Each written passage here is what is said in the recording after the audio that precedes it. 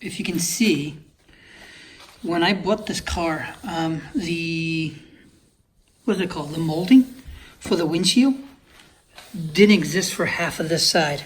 Halfway through, it was over here and then and beyond.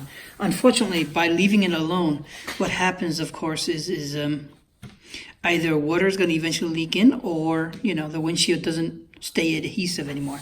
So what I've done was I bought this online. This is the molding that comes with it. So what I'm going to do is I'm going to hit both corner first, nudge it in, and then I'll hit the two sides afterwards. Okay, I'm almost getting there. So the sides are pretty straightforward. It's the top that requires a little bit of work.